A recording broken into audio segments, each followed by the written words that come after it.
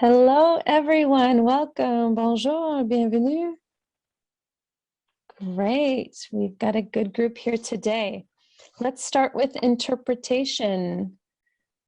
If you see at the bottom of your Zoom menu, you will see something called interpretation with the image of a globe. Even if you are speaking English and intend to hear things in English today, you still need to select English so that you will hear that. If at any time you are not hearing what the presenters are saying, that is probably the issue. So go ahead and click on your preferred language. I'll hand it over to Hazel now to say this in French. Merci beaucoup, Erin. Et j'aimerais indiquer aux francophones que si vous avez besoin de l'interprétation simultanée, il faut regarder en bas à droite de votre écran Zoom. Il y a un petit icône qui dit interprétation et il faut choisir français. Si vous voulez l'entendre dans la langue originelle, vous pouvez ne pas choisir. Choisissez off. And I will pass it back to Erin, who I'll just mention would have maybe wanted to add if you're bilingual, you can just leave it off. Thank you, Erin. Yes, if you're bilingual, great. Do leave it off. Okay, wonderful.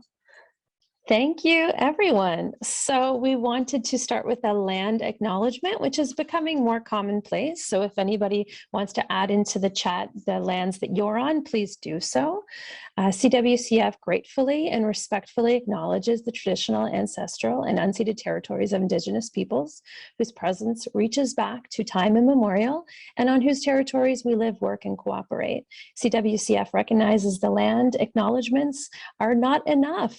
Regarding the actions that CWCF is taking and will take, it has recently approved an action plan to build justice, equity, diversity, and inclusion in the worker co-op movement, including an acknowledgement of our relationships with Indigenous folks and the original folks on these lands. So I wanted to acknowledge that I'm coming to you from Jabuktuk on Mi'kmaq territory, also known as Halifax, on the east coast of Canada, the unceded and never surrendered territory of the Mi'kmaq people.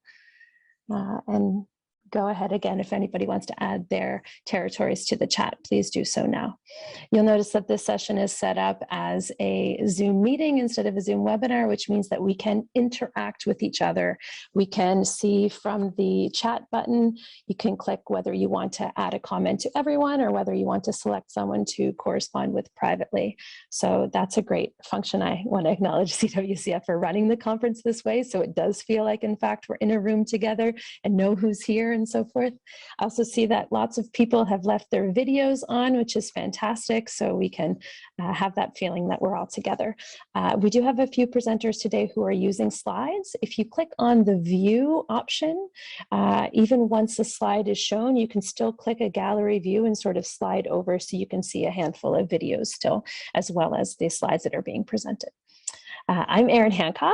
I'm with the International Center for Co-op Management out of the Sobey School of Business at St. Mary's University, and dabble in lots of other areas of the cooperative economy. Our first workshop today is worker co-op financing. We have a lot of very skilled and knowledgeable people here. Certainly cooperative capital has been an issue across all types of cooperatives, and certainly in worker cooperatives especially. So we get to have these folks here today to let us know what are the tools available, what is looked at as appealing when applying for financing and funding, and options that we have on the table for that. So hopefully everybody walks away with a little bit more knowledge about all of that and seeing some new opportunities. I wanted to now share a little bit about the speakers that we have here today.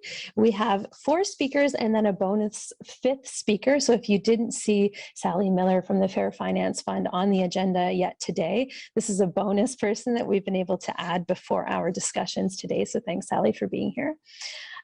We also have kicking off today, Julia Vlad, who leads the investment and portfolio management for the Community Forward Fund and the Canadian Cooperative Investment Fund at Newmarket Funds out of Toronto. She has over 10 years of experience in banking, finance, and the nonprofit sector. Her experience includes investing and portfolio management at World Bank's private sector arm, IFC, in Panama, Senegal, and the USA, advising social entrepreneurs, social entrepreneurs and an accelerator in Nicaragua and financial analysis and forecasting at Scotiabank. She holds an MBA from HEC Paris and a Bachelor of Commerce from the University of Toronto and is a CFA charter holder. Following her, we have Bernard Lindour, a financial and management advisor with MCE Consulting out of Montreal. He's the manager with more than 15 years of experience in financing and management support with collective economy organizations and SMEs. He also works as a trainer with organizations locally and internationally. He's been on CWCF's Tenacity Works Fund Investment Committee since 2005. Thanks both of you for being here. Following those two, we'll have Brian Eiler, who practices commercial law in Toronto. He advises a host of cooperatives, charities, and nonprofits. He's a co-founder and board member of Trek, which incubated SolarShare and now Tapestry Community Capital. He has advised on many successful cooperative and nonprofit financings, and with Tanya Sermon of the Center for Social Innovation, developed the concept of the community bond. So, very excited about hearing more about that too as a financing tool. And then we have Hazel Corcoran, who you all hopefully know very well by now, the executive director for CWCF, and has been in that role since 1995. Huge contribution to the sector, and also 2009 to 2017 of the Cooperative Zone Co-op Developers Network. Hazel's been involved in all aspects of worker co-op development and support, including capitalization, advisory services, research writing, and more, as you all know. She's been involved as a manager or director with other types of cooperatives as well, including Cooperatives and Mutuals Canada. She's been on the board of the Co-operators. She's also co-founder and director of the Big Idea Rainbow Foundation, whose purpose is to promote the cooperative movement through popular culture. She's on the steering committee of Secopa North America and Secopa Americas. So we're very, very lucky to have those folks join us today. And our bonus person, Sally Miller, the project manager for the Fair Finance Fund. She has worked in sustainable food and agriculture and co-ops for over 25 years, including the local food and farm co-ops, Ontario Natural Food Co-op, Organic Meadow, Fourth Pig Worker Co-op, West End Food Co-op in Canada, and Finger Lakes Organic Growers Co-op in the US. She's on various boards and also has various publications. So thank you to our 5 speakers today. I'm now going to just continue to encourage you. I see lots of folks are already in the chat. Please continue to do that. If you have any questions throughout, you can add those to the chat as well. We'll be watching. We will do questions once all of the speakers have presented, which will be roughly 10 minutes each. And then we'll have a fair amount of time for discussions and questions at the end, or for you all to share your examples, experiences, gripes, questions in the event at that time as well. So I will now hand it over to Julia. Thanks everyone for being here.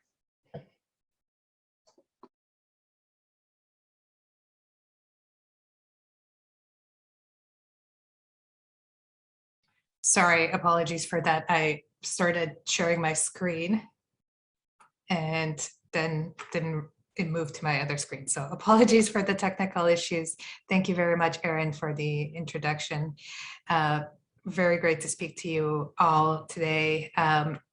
I, as Erin mentioned, work for Newmarket Funds, which is the fund manager for the Canadian Cooperative Investment Fund. But actually, I'm going to first speak to you a little bit about social finance in general and set some context for the rest of the conversations. And then I'll talk a little bit more about CCIF and some example of financing that we've done to support cooperatives, because I think for me, one of the key takeaways is to just make sure that you have a broader understanding of options available to you. Maybe CCIF is the right one. Maybe it's a different fund. Maybe it's a different type of funding altogether. But just to make sure that you have a broad understanding of some of the options available to you and how you might actually think about combining them when you're thinking about financing your cooperative. So starting a little bit about why we're even doing this, CCIF has seen a fair amount of gaps in funding that organizations usually use. Government support, there's been a lot of competition and slow disbursements, or disbursements in tranches, leaving co-ops to struggle with working capital in between those 2 tranches of disbursements.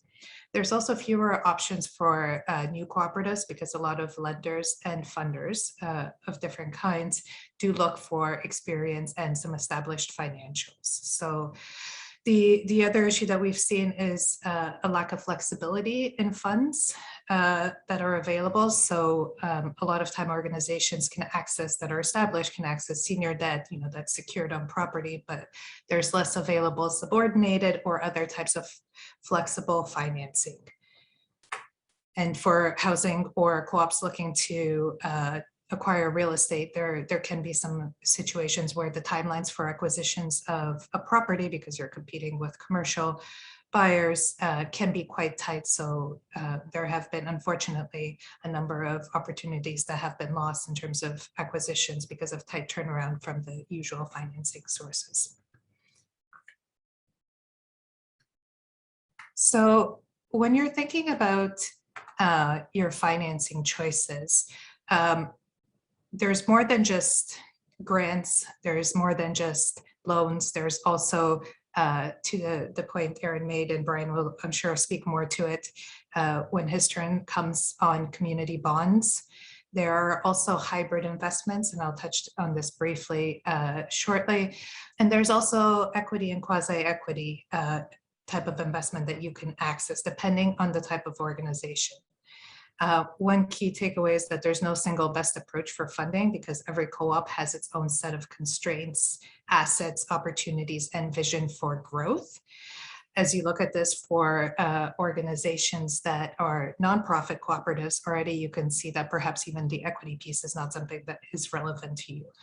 And for every type of investment out there, there are actually multiple organizations that will be providing it.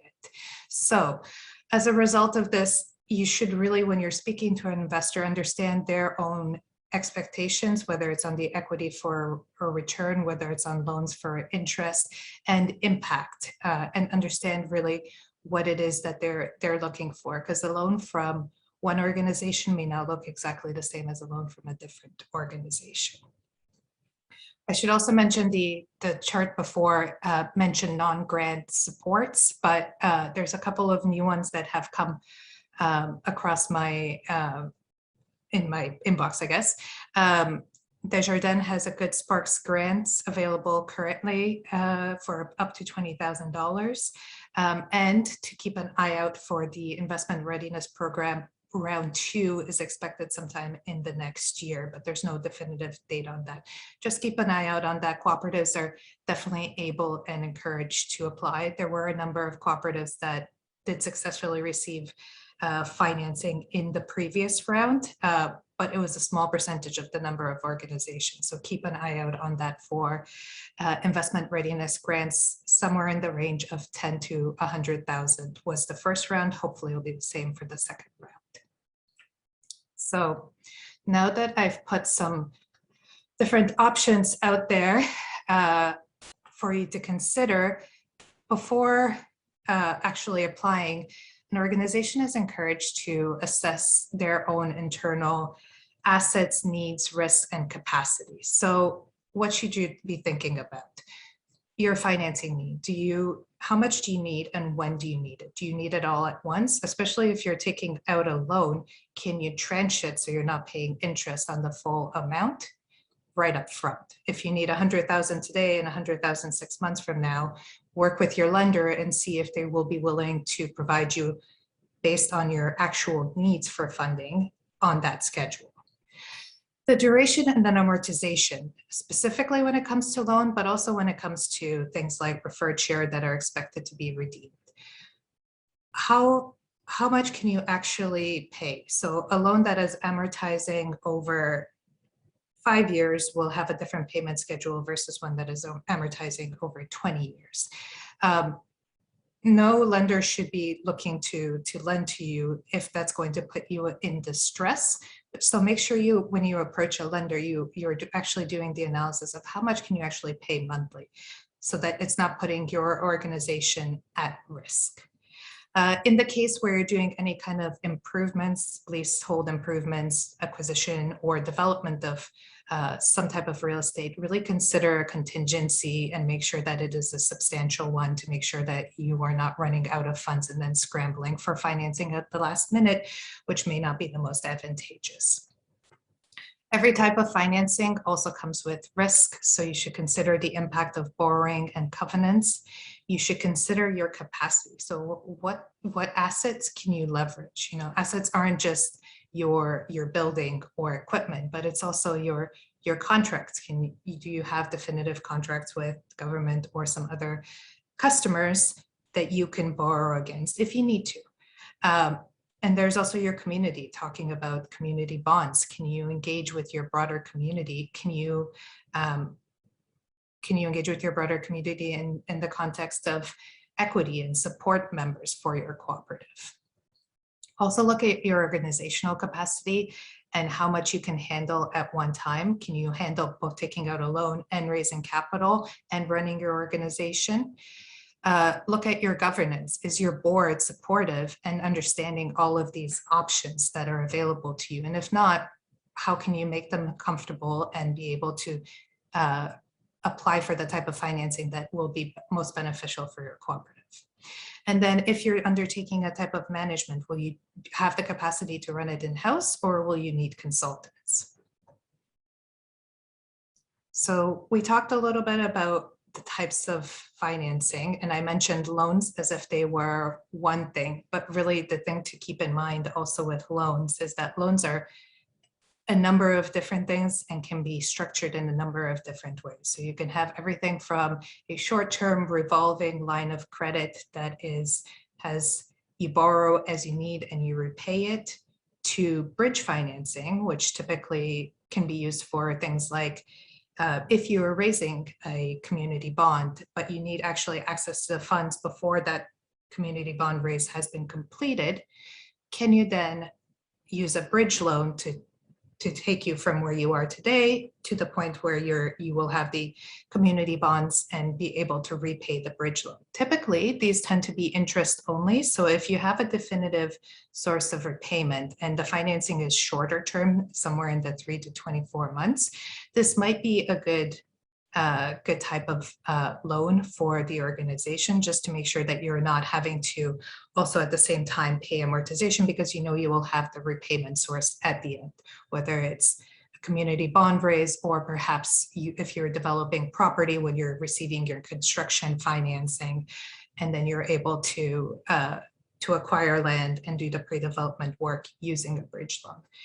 We can also, of course, have construction loans for longer term, for construction of real estate assets. And then you can have longer term loans, things like capital loans, mortgages, term loans that have longer maturities and amortizations. Another type of financing to be aware of, depending on your type of organization, this might not be right for everybody. And if this is something that you're interested in, I encourage you to reach out so we can discuss in further detail. But hybrid financing has elements of both debt and equity. So typically this involves some sort of, on the part of the financing provider, some sort of participation in your success. So this can be in the example of subordinated debt. It could be also in the example of revenue-based loans. So rather than having a set interest rate, you might have a loan that has a payment based on 10% of your revenues. Many other types of hybrid instruments are also available, including things like preferred shares that are self-liquidating. So there's a redemption and a repurchase over a period of years. The benefit of that is that typically with preferred shares, you have a dividend rate, but it's not interest. So you're still choosing to issue dividends. One of the key things that I want to leave you with before talking about CCIF with is, again, you can combine different types of sources and at different times. And it may be that one source of financing helps get you from phase A to phase B. So for example, in example one, you're looking to, your ideal capital structure is to raise a fair bit of community bonds because you have a very strong supportive community. you are acquiring a property, or perhaps even for a conversion to a worker cooperative where you have a vendor take back that is going to be paid over a number of years. Perhaps you have some grant funding, but the community bond will not be available because it takes some time to raise immediately, and the vendor does need to receive some payment sooner. So you can use a bridge loan, or perhaps you would like to help to have your investors participate in the success of the organization. So you might use a revenue-based loan.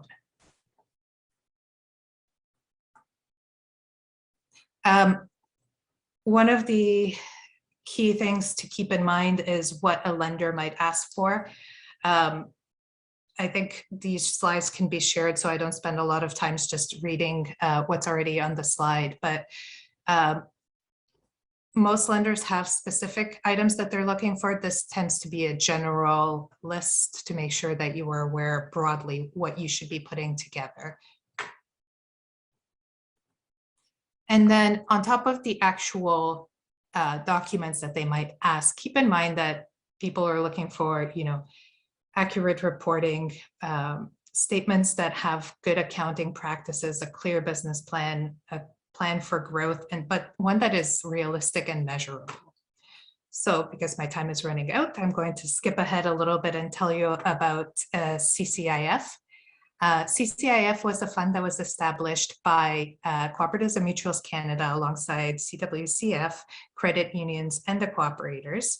We provide all of the types of loans and financing that I have mentioned, from bridge lending to long-term loans to hybrid financing, and potentially equity in the right situation. Our products tend to be flexible, and we tailor them to the cooperative.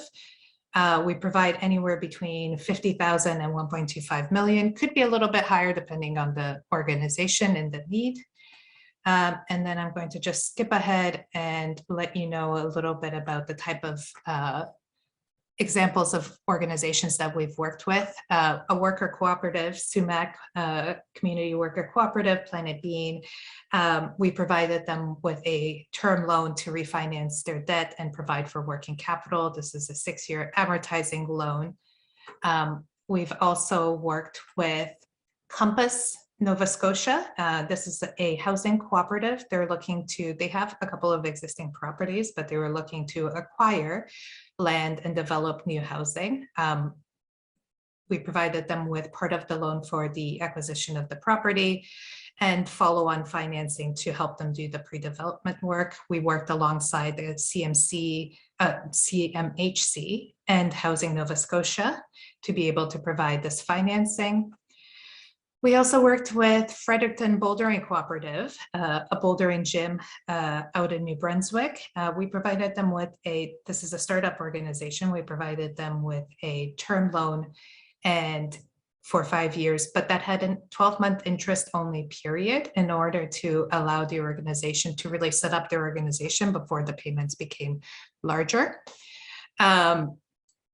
This allowed them to make the leasehold improvements that they needed, purchase the equipment and the supports that they needed, and some working capital for the organization. And we've also recently worked with Noel's Funeral Home and the Fédération de Coopératives Funéraires du Québec. We provided them with 2 loans alongside with other financing partners. This again goes back to the concept of trying to work with, you don't have to work with only one financing partner, and you don't have to only work with one type of financing. We provided them with a senior loan and a subordinated loan to help them acquire a funeral home with 3 locations for the purpose of converting it into a cooperative. And that is it. Thank you very much for your time and patience. Hopefully this was helpful, and I will pass it back over. Thank you, Julia. Thank you so much for that context setting, for sure.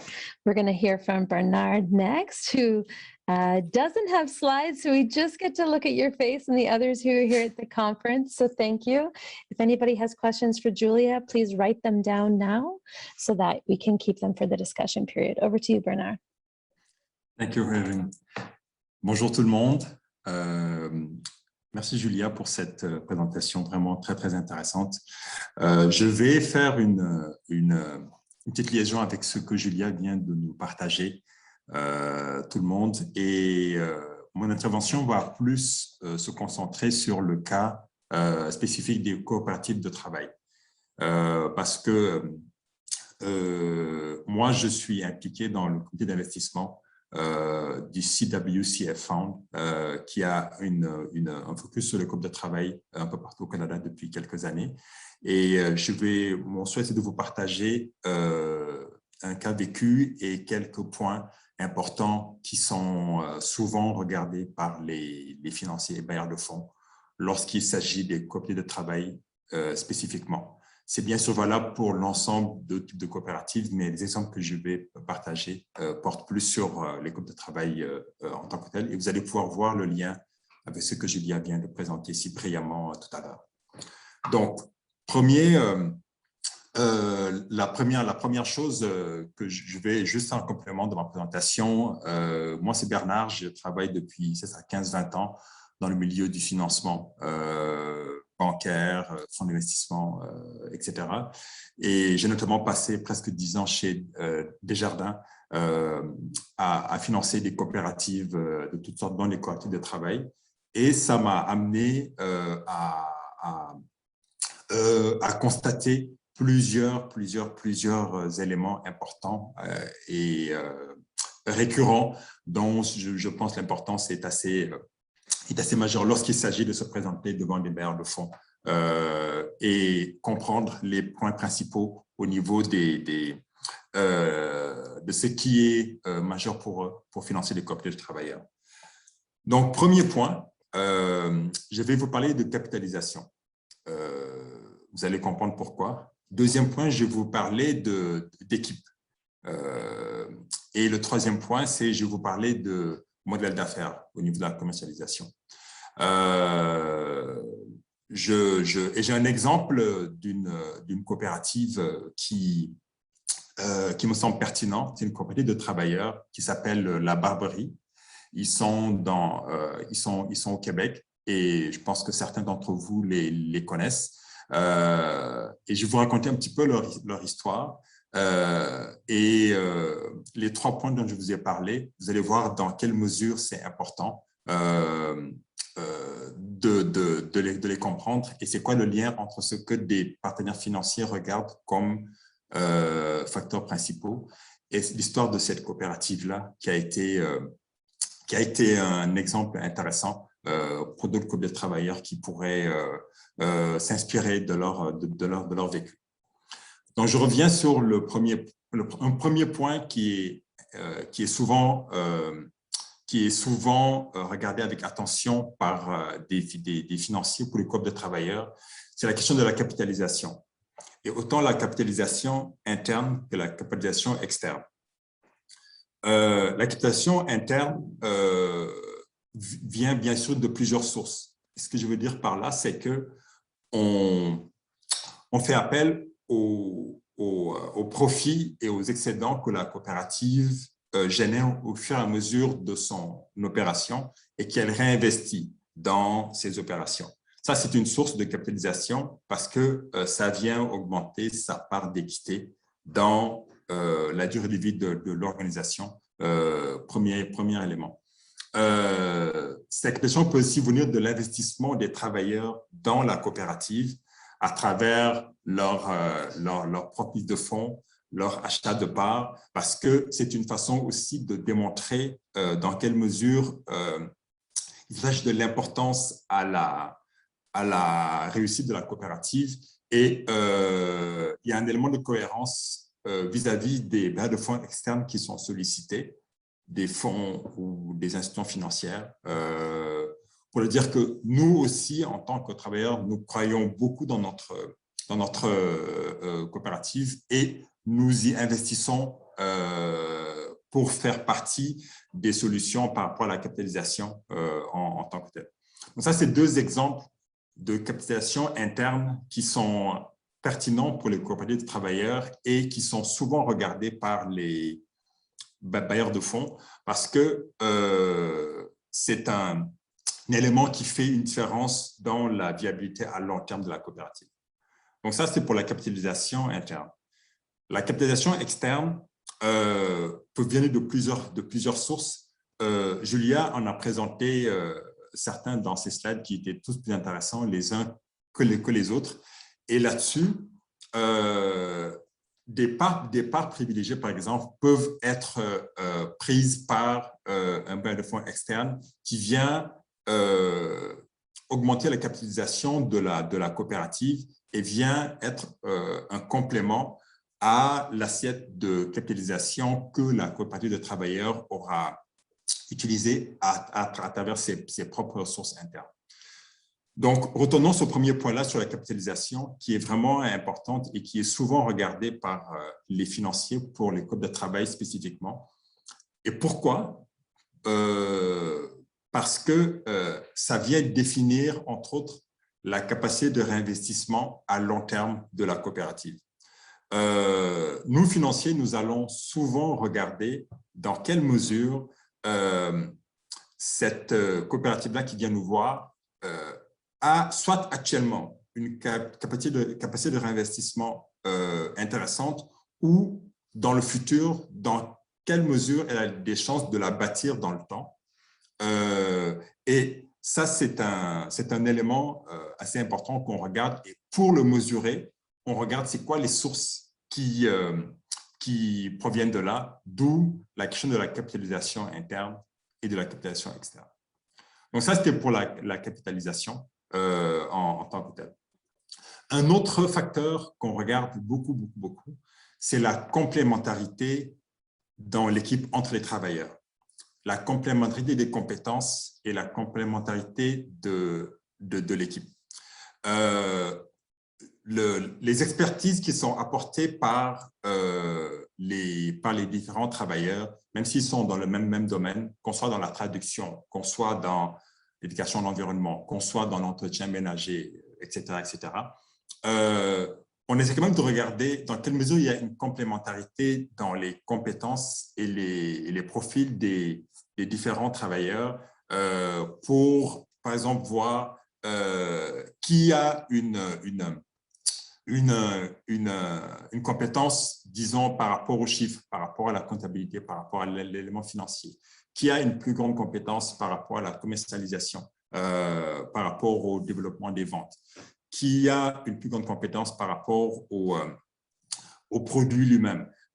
Et on cherche un élément principal qui est vraiment la complémentarité entre toutes ces compétences-là. Parce que, je vous le dis, et croyez-moi, après 15-20 ans de pratique, c'est un élément vraiment important en tant que tel. Et le troisième élément, qui n'est pas le moindre, c'est la pérennité du modèle de commercialisation. Et ce que je veux dire par là, c'est vraiment l'exemple de la barbarie dont je vais parler rapidement tout de suite après. C'est le fait de pouvoir s'assurer que les sources de revenus sont assez diversifiées pour ne pas dépendre d'une source de revenus et que l'ancrage dans le milieu de la coopérative et son stratégie de commercialisation sont vraiment cohérentes pour donner une pérennité à long terme. Je vais prendre 2 minutes pour vous parler de la coopérative de la Barbarie qui existe depuis plus de 20 ans au Québec, notamment basée dans la région de Québec.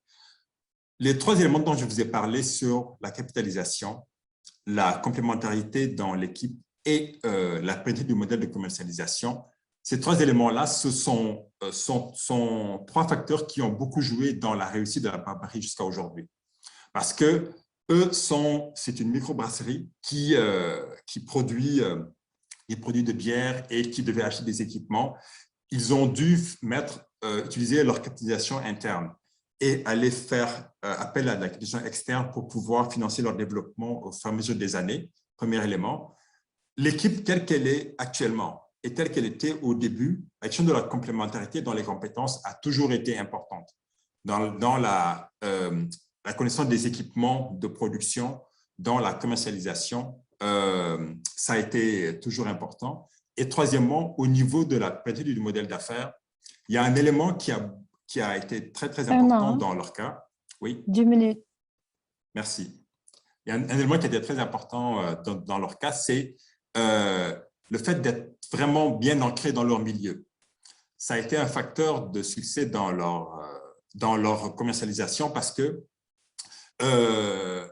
pour le marché et le produit qu'ils avaient à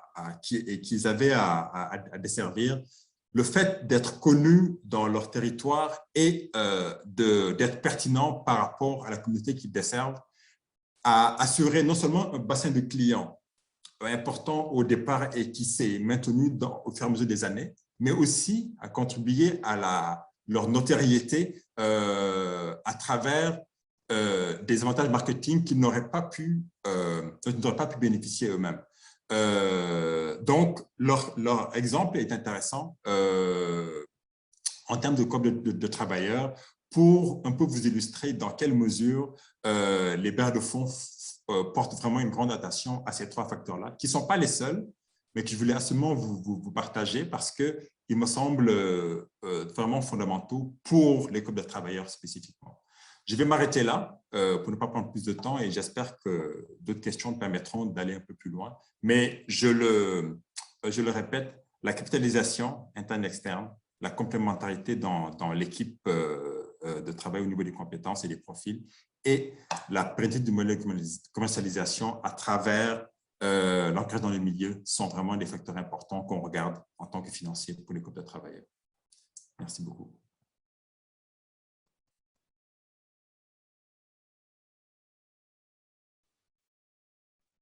Merci, Bernard. Great, very helpful. It's excellent to hear the examples that are provided too. So we get the context, we get, the tips and the inside knowledge today, but we're also hearing some of these examples of co-ops that some of us are familiar with and maybe have had a beer at now and then. Why not? Great. So we're going to head now over to Brian Eiler. Sorry for that. Thank you so much to our 2 speakers so far. And I know Brian's going to be sharing his screen, so go ahead and get that up there, Brian, and thanks for being here. I think that's it. Do you have it there, Julia? Yes, it's looking good. You got it? Brian. Okay, Yeah. Excellent. So thanks for having me, and I appreciated the input from the financiers side. I'm going to talk more about the co-op side, going out and figuring out how to find the capital they need. Let's see. Change. So who finds the prospect of raising money for your co-op scary? It's a daunting prospect to my mind, and every time I've approached that with organizations I'm involved with, there's a lot of questions and a lot of difficulty answering them, particularly if we're looking for financing outside the organization from funders like the fund or Desjardins. So what are those questions? Where do you start? Who do you ask? How do you ask? What should you sell, bonds or shares? If bonds, is there security you can offer? What rate of return should you offer? What term? How will you repay when they fall due? If shares, how do you design them in a way that people will want to buy them, but at the same time not overly burden the co-op? Who will buy them? Who do you ask? How do you ask? Well, then we'll not answer all of these, but we'll share how 2 co-ops I've worked closely with answered those questions and found success.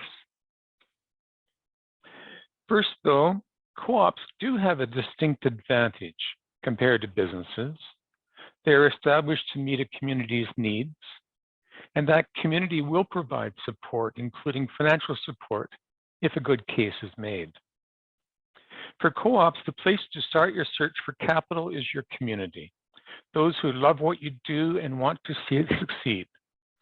Kind of like an ordinary small business startup where friends and family are their primary and often only source. Because of that community orientation, co-ops are usually exempt from the severe restrictions securities commissions place on small and medium businesses trying to raise capital. But note, I'm an Ontario lawyer, and that doesn't necessarily apply to other provinces or territories. A worker co-op's community of support is, first of all, its member employees, and second, those who appreciate and support the social value of the cooperative model for employee empowerment. Co-ops have disadvantages too.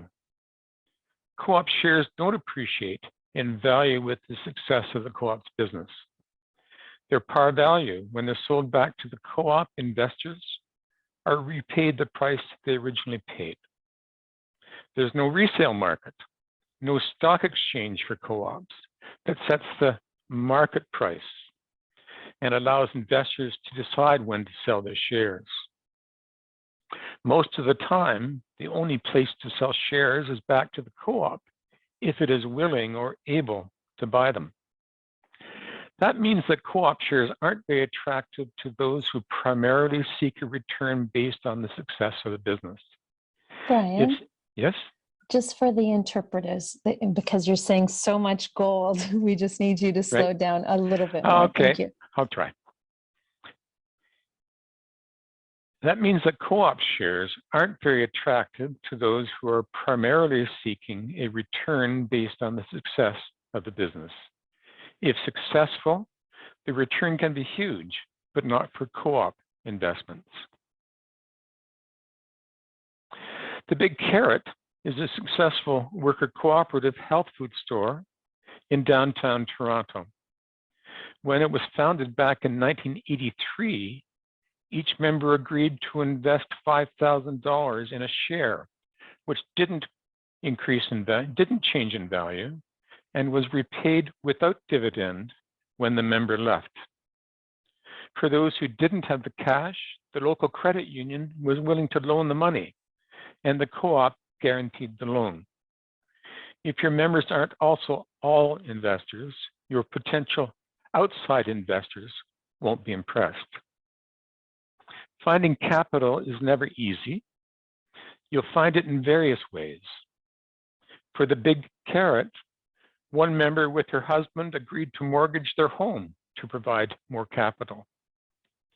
A number of store customers agreed to buy preference shares that carried a 10% dividend, cumulative, so that if not paid in a given year, it would have to be paid before dividends on any other shares or patronage returns could be issued. Again, the shares had par value and were redeemable. The co-op could require the shareholder to accept the par value of the share and any arrears of dividends, and on payment, the shares became the property of the co-op. Investor shares can also be retractable, where at the option of the shareholder, the co-op can be compelled to pay the investor out. You'll want some conditions on that to ensure the co-op isn't put into financial difficulty by that obligation. And for the Big Carrot, a community supporter came through with the financing needed to buy and renovate what was a car dealership. Together, he and the Big Carrot bought the property and continue to share ownership today. Co-ops have an advantage. They can go well beyond that small circle of family and friends to all of those who value you and will trust you with their money, as the Big Carrot did so successfully.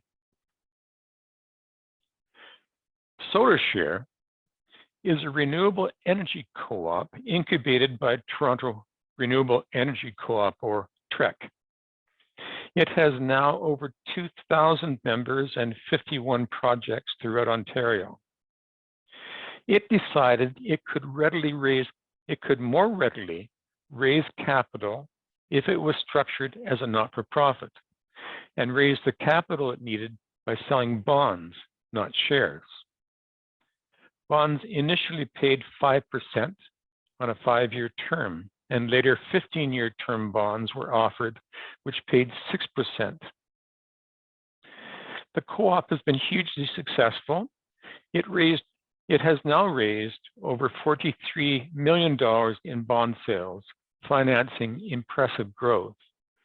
And here's their, this is production year over year, starting with the early years. And you can see how in the first year there was not much being produced, but you were up to $18 million a year in almost $18 million a year, or 18 million kilowatt hours, sorry, in terms of production of electricity. To hedge against fluctuating interest rates, SolarShare secured 15-year term debt from a life insurance company for another $14 million at a fixed rate. SolarShare tapped into huge pent-up capital, a huge pent-up demand for investment that are reasonably secure, provide a reasonable return on investment, engage community, and make the world a better place. While you don't know until you go to market, we at SolarShare felt pretty certain that the demand was there.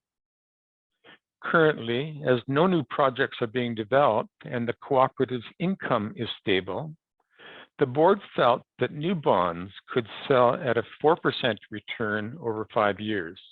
They were proven right. $10 million was raised recently to repay those whose bonds have matured and opted not to reinvest, and to finance the acquisition of 2 additional projects. The downside of selling bonds is that, unlike shares, they have to be repaid when they mature, and we can't predict with certainty what market conditions for raising the money to replace them might be, nor what proportion will renew. Built into SolarShare's business plan is a fairly large contingency to address the prospect of high interest rates. Since it is not for profit on dissolution, its net assets are not paid to members, but are applied to further the development of renewable energy through other not-for-profit organizations. One of the ways to address a co-op's lack of experience in raising capital is to ask those who have done it before for help. Because there's so much experience in SolarShare in raising capital, TREC, itself a nonprofit cooperative, has incubated a new business arm, Tapestry Community Capital, that acts as a consultant for a modest fee to cooperatives, nonprofits, and charities to assist them in marketing their bonds and shares. Tapestry can give your co-op the confidence it needs to successfully raise the capital you need. I look forward to. Oh, sorry, go ahead. I'm done. Yep. You are done. There you go. I was just going to say you have a minute, but yeah. You've been great. Thank you, Brian. Thanks so much for all of that. You're welcome. Great examples, great information for everybody to take home with them today. Wonderful. So we can, and right on time. I mean, leave it to Brian to be exactly on time. Over to Hazel now. Hazel, I know you have some slides to share. Go right ahead. And I'm going to get those up right away and go to slideshow. Okay, can you see those okay?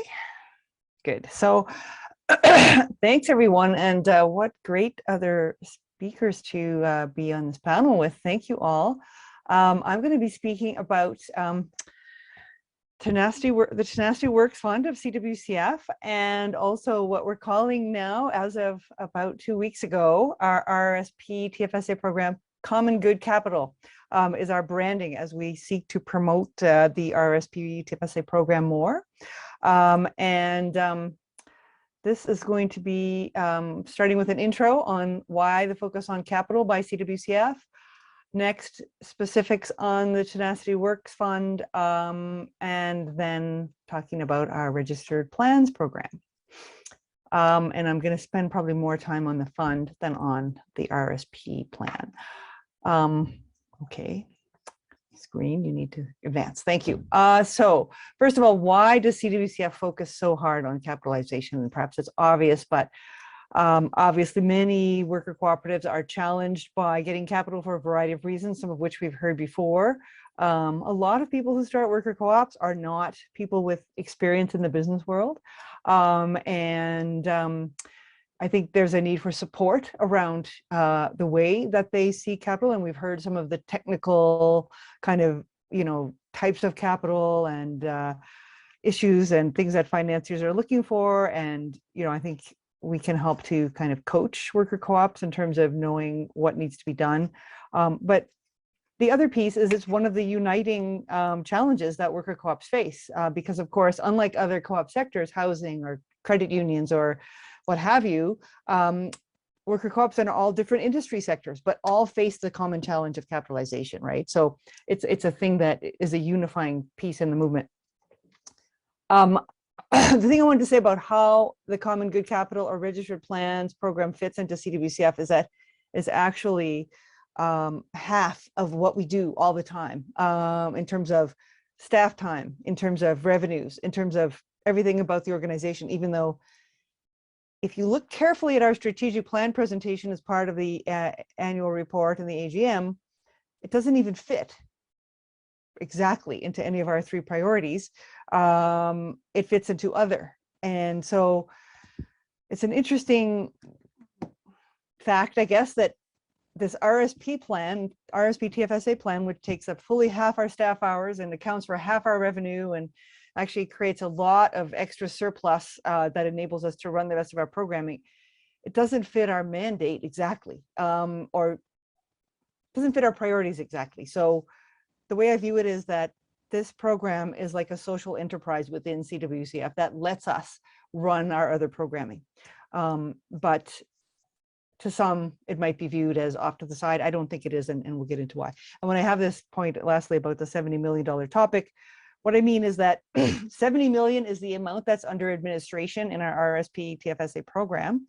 And we're a very small organization, of course, with less than $500,000 in revenues.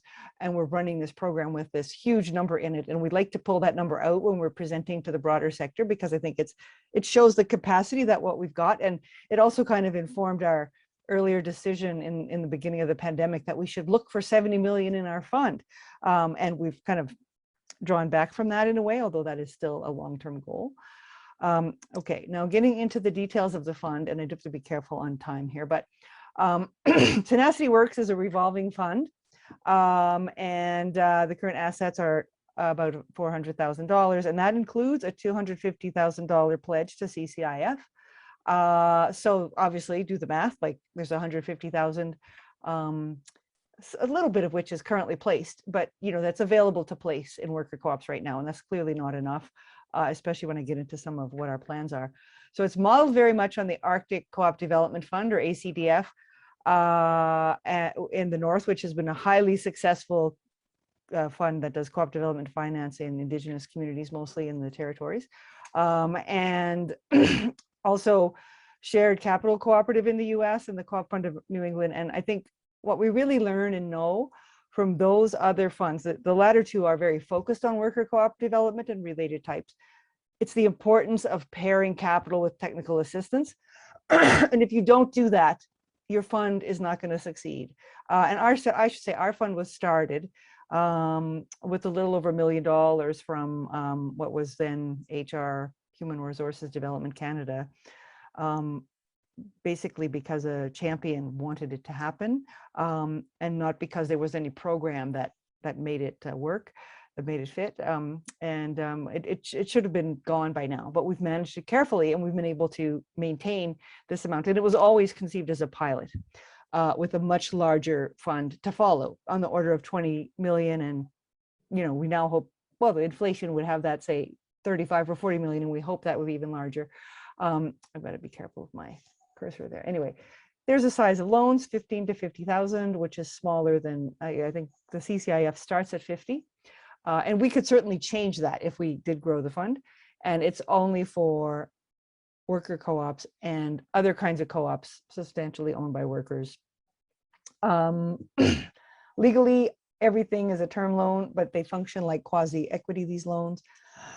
Excuse me, and it can include some upfront granting elements, which could be integrated into capital. We haven't done that in a while since we're, past the pilot stage by quite a few years, and we're, looking at too small a capital base at the moment. But we can certainly partner with our technical assistance granting program. Members have to invest at least 15% of all capital and a bare minimum of 1,000 per member. Could be over time if absolutely necessary. That's not preferred. No more than 1/3 of all capital raised can come from the Tenacity Works Fund. We're trying to be a fund that leverages in others.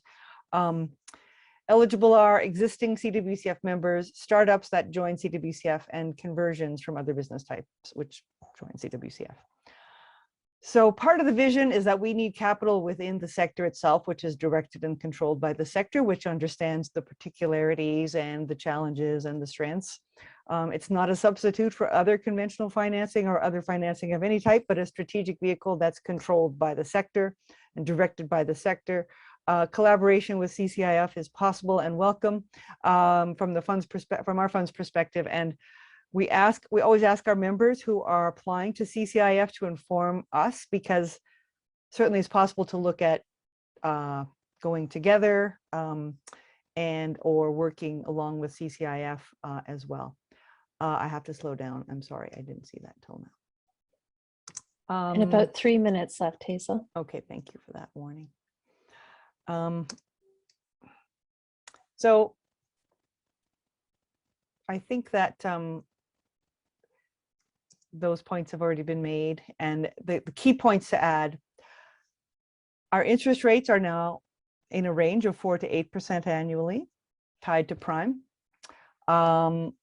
We seek to grow the fund still, and we're looking forward very much to the time that the Federal Social Finance Fund, which was announced 3 years ago, actually starts to roll out. There's $750 million announced by the feds, and we'll see how that goes. It's, complicated, long story, but eventual goal is 70 million. There's a proposal you could find on our website. But, as I said, we're really talking about incremental growth right now. And the main kind of lobbying we're doing is more around technical assistance for conversions and taxation issues and such. And one interesting element is we might look to, in a year when the CBIL loans are all going to come due, that many worker co-ops have taken out, to look at prioritizing making loans in capital, so that the capital that you have to pay back in order to keep the grant portion is available to worker co-ops. And we've already started a list of worker co-ops that want that to happen. And I expect that demand is going to significantly outstrip supply. So we might be looking for partners to do that if we haven't gotten social finance fund money by then. Okay, in my remaining luxurious 90 seconds, I'll talk about the RSP program, probably skipping the slides completely. But basically, as I mentioned, we're rebranding it because we seek to grow it. The program had been growing very rapidly, kind of organically, and it's sort of stopped growing with the pandemic. So we're going to be marketing it, so hence the new name. We plan to trademark it, haven't done that yet. We work along with Concentra Trust. It's available to regular members that are worker co-ops, which are large enough to use it, which means they basically have to have at least 11 members, which is not that high a percentage, or associate members that issue qualified securities. This is the size of the program. It includes Trek that Brian spoke to, includes Just Us Coffee Roasters, many CDIPs and others. Sometimes we work in conjunction with Tapestry Capital, and it's a very exciting development. I'm just going to not share these slides because I can't speak to them, but I do want to just skip ahead to the end and let you all know that lots of details about both programs are on our website, and we're going to share these presentations. And also there will be other presentations given by the RSP program staff who are on this call, including the SEDNet one in early December. That's on going to be, that many of you might want to check out for a variety of reasons. It's on different investment vehicles that are out there across the country. And I know that our staff will be presenting. All those slides I skipped, you could see them presented and spoken to and not just read them. So I think that's it for me. Thanks. Great. And nice teaser for more learning. Great. Thank you, Hazel. Excellent. Happy to hear all of that. Okay. Great. Let's move on to Sally Miller, our final speaker today, just for a couple of minutes to tell us a bit about the Fair Finance Fund. And go ahead, Sally, if you want to start sharing your screen, and then make sure folks to either add your questions to the chat or to write them down so you can voice them in our discussion period to follow after Sally's presentation. Go ahead, Sally. So greetings, everybody. Thanks for having me. I'm going to be talking about the Fair Finance Fund, which actually came out of the local food and farm co-op network, with our member co-ops saying in every annual consultation that they were having trouble getting access to capital. So we were hearing the same issue, and the LFFC includes worker co-ops and all kinds of co-ops and local food and farm sector. So we are dedicated to providing affordable financing for purpose-driven local production for regional markets from field to fork to field. So in the local food and farm sector in Ontario, we provide affordable loans up to $200,000. All of the enterprises that we support have social purpose, which they're able to show, and which they track over the entire 5 years of the loan. So that's very important. It's actually the first thing we check. And then we go through the sort of regular due diligence, which Julie did a wonderful overview of. So I'm thinking of having her come in and talk to our potential clients as well.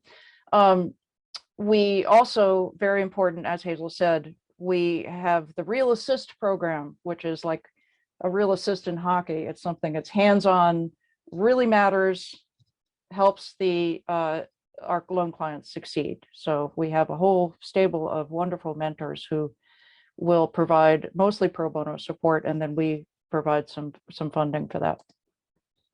So an example, I picked out one of our co-ops. This was a Black River Farm co-op. It's a worker co-op.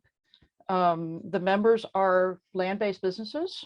They have had to move, so they're between pieces of land right now, but they had a marvelous solution for protecting land for food. And we gave them a loan very early on for them to get started with their work. Quick overview, we work all across Ontario. We actually have partners in Northern Ontario because we know, I just remembered I should slow down.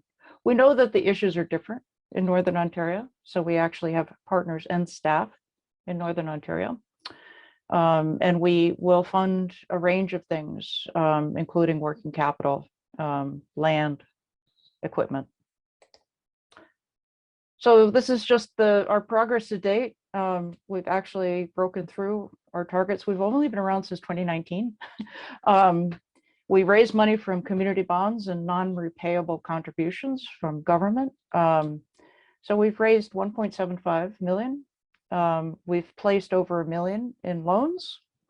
We have about 5 loans under review now. And this is a bit of the impact. You can see the jobs we create, which we track all these things. We also track environmental and social impacts, and that can be qualitative. So we're having, we're doing a lot with good impact measurement to be able to show that we are actually affecting local economies and building a resilient food system in Ontario. So that's it. Wow, that was wonderful. Thank you so much for that, quick and thoughtful way of summing things up. Well, I mean, wow, we heard from 5 great speakers so far during this session. Lots of great examples of tools and specific funds. Lots to take home in terms of what folks are looking for. Just to highlight a few things that came out of it.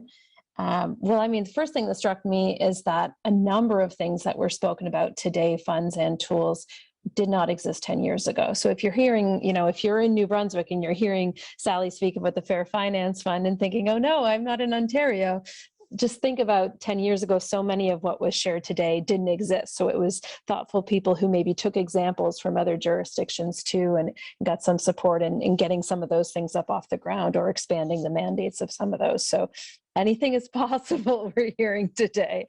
So let's see, we heard about hybrid financing. We heard about sort of capacity assessment. complementarity of skills and how folks work together, as well as strength of the business plan in their field, sort of measures for the strength of applications. I liked when Brian said, start with those who love what you do. And then, of course, he shared some of the tools for those folks to put their money where their love is. And we heard some great examples from Hazel, too. And I know that Esteban Kelly joined us earlier in the conference, and they have great tools for providing some of those things that are hard to do at a smaller scale, including retirement investing and, access to health care programs and so forth. So it's great to see the strength of federations and providing some of those needs. It's hard to do when you have a 4 or 10 person worker cooperative, but when you have this sort of scale, those things are possible. So I'm a big fan of federations. I just want to underscore that. So let's move now to questions and also comments and also examples.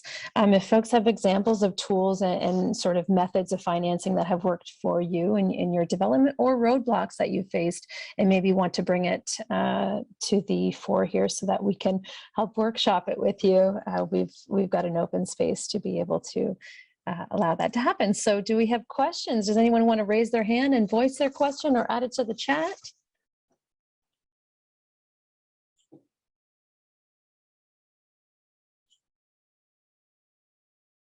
Or do any of the speakers, hearing the other speakers talk, did you want to add anything additional? Erin? Yes. It's Hazel here. I have a question for Sally. How did you raise your capital in the Fair Finance Fund? So it was a combination of community bonds and non-repayable contributions from grants. So that, which acts as our first loss capital in giving confidence to our investors. We have approached both foundations who have social finance policies and individual retail investors. What we've actually found is that the individuals are more able to move. So that's where it's come from, is people who are concerned about having good local food systems, and often people who are concerned about climate change. So that's sort of been our key group. I mean, it's probably similar to Solar Share and that kind of thing. Thank you, Sally. See, Reba has a question, and then Eric's on deck. Hi, thank you, Erin. This is very timely for us because we just had a brainstorming meeting last night, and one thing that keeps coming up in our co-op is how do we survive in downtown Toronto with the cost of rent.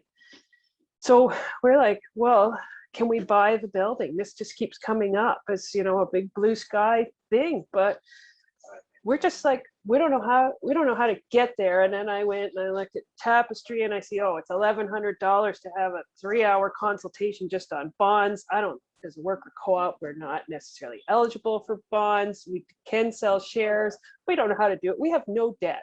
Like we've run our business for 25 years with no debt. And so we don't know how to get somewhere from sort of zero to what does this building cost? $4 million or something. So, is there somewhere, I know we could go to CWCF and get a technical assistance grant that gets us a small way there. Is there like somebody that we can bring in that's going to help us, like walk us through the whole process? Because it's kind of what we would need. So I don't know who can answer that, but I'll jump in, Reba. Yeah, I get that, and I'm just in the middle of trying to figure out how to buy a venue for live music in downtown Toronto, and we've had serious chats with the owner of the property, and it's not easy to figure this stuff out. But I would suggest you go back to Tapestry, because they can provide you with all the confidence that you need to do it yourself. But it's going to, obviously, it's going to cost some money, but it's money that's well worth investing. You'll find that Tapestry's rates really reflect their costs rather than that reflect markets. So you'll find that I see the inside finances, and I know that it operates on the basis of cost. So don't be scared away by that figure. And Reba, can I just add, in addition to what Brian was saying, having the conversation with Tapestry, but reach out to us, reach out to other funders, have the conversation of what's possible so we can look at your statements and see, okay, you don't own the building currently. What is it worth? How much could you raise through community bonds? How much could you raise from members or other sources, grants, etc.? So, it's to the point that it doesn't have to be, and Hazel mentioned this, right? We're happy to work with all of the other funders because I think it works better, especially in this cooperative space, if not one organization is taking all the risk. And we might also be able to bridge to a community bond if you identify a space, but it takes longer, right? So there can be conversations already. We frequently have conversations with organizations that are not yet sure, to just understand what their situation is. And maybe you come back to us in 6 months, maybe you come back to us in 12 months when you're actually ready and you can identify the space. But we can look at what your actual capacity is, if you're interested in a loan, if you started conversations on community bonds, what else do you need in the meanwhile, etc. So don't hesitate, especially in this space, to reach out to the financing providers because we're happy to take the conversation. So just a clarifying question, as we are not a nonprofit, so are we eligible for community bonds? It's been a little bit, not sure on that one. Brian, yes. go ahead. Yeah, absolutely. You can sell bonds or shares. You have the choice as you're a share capital co-op. Bonds are simply debt. So it's borrowing from people rather than having them buy your shares. Bonds feel more tangible than simply lending money. So you get something back in your hands that says it's a bond, and presumably if you're going to use it to buy property, you can secure it against the property, second to any outside financing you need through use of a trustee. The trustee holds a mortgage on the property for the benefit of all the bondholders or even shareholders. Depending on what you design, what you decide to do. Thank you. Thanks, Reba, and thanks, Brian. While you're there, Brian, can you just clarify? So if all of us are sitting around on heaps of gold bars and we want to invest in some of these projects, like maybe Reba's worker co-op buying a building, is it restricted by province typically? Yes. Not-for-profits have a better situation than co-ops because it's clear there's an exemption for not-for-profits. Not-for-profit co-ops, not-for-profits across the province, across the country, under all the Securities Acts. For co-ops, it's different. In Ontario co-ops can only, with an offering statement, sell in Ontario. And you'd have to go and certainly Gailey, the big dairy farmers co-op, had to go to the Securities Commission in Manitoba to sell memberships and shares in Manitoba. It was a costly, miserable experience for them. And unfortunately, co-op regulation around securities is very much province-based, and unfortunately doesn't translate across the country. Okay, that's helpful. Thank you. Over to Eric. You're all answering and asking questions in the same area that I want to. So Brian and Sally, you mentioned being nonprofit. Sally, yours is a nonprofit as well? Yeah. Is that especially because of that latitude you have of attracting investment through community bonds and people outside of the province? What were the rationales for going to a nonprofit investment pool? I'll give a quick answer and Brian can give the more formal answer. If that's okay, Brian. Our rationale was extremely practical. We were on a very tight timeline because of the way our grant was working. So in order to be able to deploy and keep the non-repayable contribution. We needed to incorporate and get going very quickly. And at that particular moment in time, the co-op, there was all the shifting going on with who was in charge of co-ops and the rules and everything. And we just, it was purely practical. I mean, my background's in co-ops. I would much rather have done it with a co-op, but we had to get going in early 2019. So. Sally, are you a nonprofit cooperative? No, we're a straight nonprofit. So that's what I mean, is that we had to, because of what looked like it might be real temporal barriers to doing it as a co-op, we had to go with the nonprofit, and we hemmed and hawed about it for a while, but that's what we ended up with. Right. So interestingly, when the big carrot, when we were incorporating it, the province of Ontario would not allow us to incorporate it as a cooperative, because as they said, oh, you can't have a co-op that provides employment. That's not cooperative. That's not within the definition of what a co-op is. And so the big carrot is a business corporation. So you make choices around what kind of corporate vehicles you use based on lots of circumstances, as Sally indicated.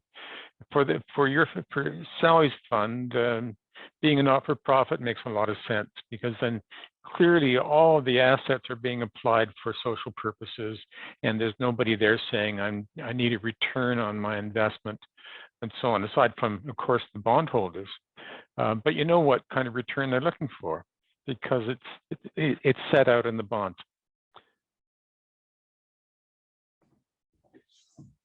That's great. Thank you. Thanks for your question, Eric. I have a question. Please. So, probably again for Ryan, but for anybody. I've been reviewing the guide for analysis of social enterprises from Cap Finance, and one of the things that's interesting to me is this concept of quasi-equity. Can you talk a little bit about what? I mean, I know that when we were working in renewable energy, we talked about how the community bonds themselves would be quasi-equity because they might be subordinated to other loans. But I'd really love to hear your input on that, or anybody. Well, I can talk first. I know when we were selling bonds for Center for Social Innovation to buy their 2 big buildings in downtown Toronto, there were a number of people came along and said, "Oh, I'd like a piece of this, and let me have some equity." And we felt very good about saying no. We think we can finance without selling off any equity. So the CSI is a not-for-profit; it's not a co-op, but it no longer has the worry of an investor looking for a return based on an equity ownership. It is solely focused on applying its resources to doing what it does. That's a good thing to my mind. When we did the big carrot, the original financing that was found for the redevelopment had an equity component to it. We set up a separate holding corporation to hold the property, in which the big carrot owned 50% and the outside investor owned 50%. And the financing came from a private venture capital company who wanted to participate in the increase in value. And so, you know, it was successful. They've long since been paid out, and the financing there is conventional debt financing on the property side of it through the holding corporation. In the co-op itself, the members are financing it 100%, as far as I know.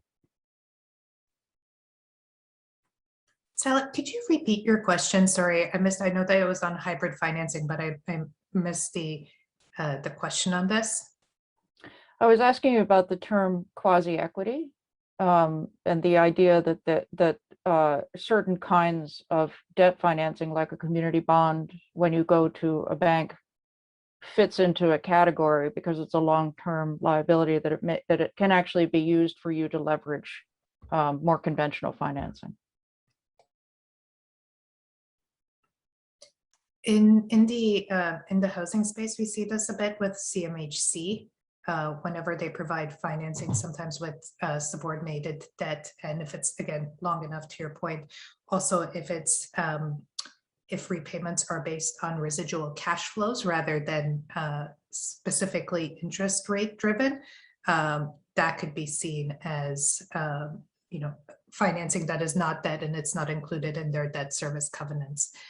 So I don't know if that's helpful, but those are some of the examples that we've seen in terms of other bigger lenders than us looking at other types of financing as subordinated and therefore not counting towards their debt. I would just jump in here to say that from the Tenacity Works Fund perspective, we view, although everything we've done is technically a term loan, it functions as quasi-equity, and we've tried to take this approach that it's quite flexible from the perspective of how the co-ops can use the financing we provide to leverage in other financing, because we go behind them in terms of security. And so it really, it's like it's as though we're equity, but it literally is a term loan, and we do take security, personal property security, registry security, such that we're in there as a secured creditor, and they know that, and it's the case. But the whole time we're just being a very supportive partner, trying to provide, free technical assistance to make sure they know what they're doing and stay strong, because they're a member of our federation and like they're part of us, right? So we look like a bank, but we act like a friend, sort of thing, right? So I think that is what we take quasi-equity to mean, and I think anybody in this space could be doing that, because there's nothing that stops you from it. Like you've taken all the rights on paper in this like 12-page loan agreement that was written by Laird Hunter, and we've adapted each time. Who's Laird Hunter, for those who don't know him, is like the Brian Eiler of the West. Anyways, so yeah, just steal our approach. We think it's a good one, and we hope other people will take it too. We've also, Sally, to add to that, we've also considered, we didn't actually end up working out, and it was actually for a conversion, consider doing a revenue-based loans, right? So this would be where the payments would come out of a percentage of revenues, assuming they make enough revenues to be able to manage all of their debts. So setting the formula and all of those things. And I know that this is also the approach that, I don't know if you're familiar with, Scale Collaborative out on Vancouver Island. They're launching a fund that is doing for nonprofits pretty much exclusively revenue-based financing that would be quasi-equity, because it's participatory rather than just interest rate based. And I don't think that they're taking any collateral in this case, but there's nothing to say that you couldn't. Great, thanks everyone. It's sounding like there's a theme, which is get in touch, know what tools are out there, get in touch with the fund managers and learn more in terms of what fits and what you'll need and where you'll need to be at with the development of your organization in order to see what the right approach will be. So lots of, now some of the faces connected to those funds and those tools. So hopefully that means that you won't be nervous to reach out, and Reba, we're all rooting for you and others who are at that place. I was going to say earlier, you're probably not the only one that has that question, but then I thought, geez, debt-free. Yeah, maybe, no, maybe you're the only one in that position with that question. Well, I want to thank all of our speakers today. We do still have a couple of minutes. We have a half-an-hour break before the next session, which is focused on marketing. Based on the teasers that I've seen so far, it looks to be like quite a good one. But I wondered if anybody had any closing questions or comments from the speakers or anyone else here before we close today. Go ahead, Hazel. I have another question for Sally, who we should have been able to give 10 minutes to, I think. But anyways, you mentioned you have this Real Assist program, and you primarily have folks doing mentorship for free. So how do you find such mentors that can afford to do it for free? Well, I had to sort of whiz past that, but so what we have, we make it very clear to the mentors what sort of budget we have and what our resources are, which are slim. It has been so far part of grants to be able to pay them the hourly rate that they all get for 10 hours. So but they all know that's not, that's not a formal commitment. It's just, we do it as much as we can. So it's written into the future cash flow and everything that we would keep paying them. But there are also, a lot of them are, maybe they're retired professionals, or there are other organic farmers who are really happy to help a young farmer. So we've worked also where we've had a mentor who might have been paid by EFAO, so the Ecological Farmers Association, instead of us, because they're already working. So there's lots of different solutions. The one thing that I thought that happened, though, because we vet all our mentors, I think, and they're an extraordinary group. You can see some of them on our website. I'm so proud of who's working with us. We've ended up also getting contracts from non-clients just for our Real Assist program. It was never meant to be a revenue generating program, but because we have such a stellar group of people, so they also get paid that way. So far it's been working beautifully. We're really excited about it. And it is, I would add that that's not the only thing we do. We actually work with the clients for the entire 5 years. We promote them. We go back to them every 6 months to get their impact metrics, but also to see how they're doing and get their current stories. And we send that out. If they really get in trouble, we get in there as much as we can and help them. So it's a continuous process. We see this, I mean, this is an aspect of what's called relationship lending, right? We're right in there with them. Thank you. All right, excellent. I think that brings us to time. I'm seeing lots of good discussion in the chat. Not necessarily questions for the panelists to address at this moment. Seems like we as a movement have some work to do, but certainly to acknowledge that there's so much work that has been done. And I know a lot of folks who did some of that heavy lifting are on the call. So thank you to all of you. I look at Tom Webb and I say this, someone who's been appropriately griping about the capital woes of cooperatives for a long time, and writing and thinking and sharing and getting people talking about it.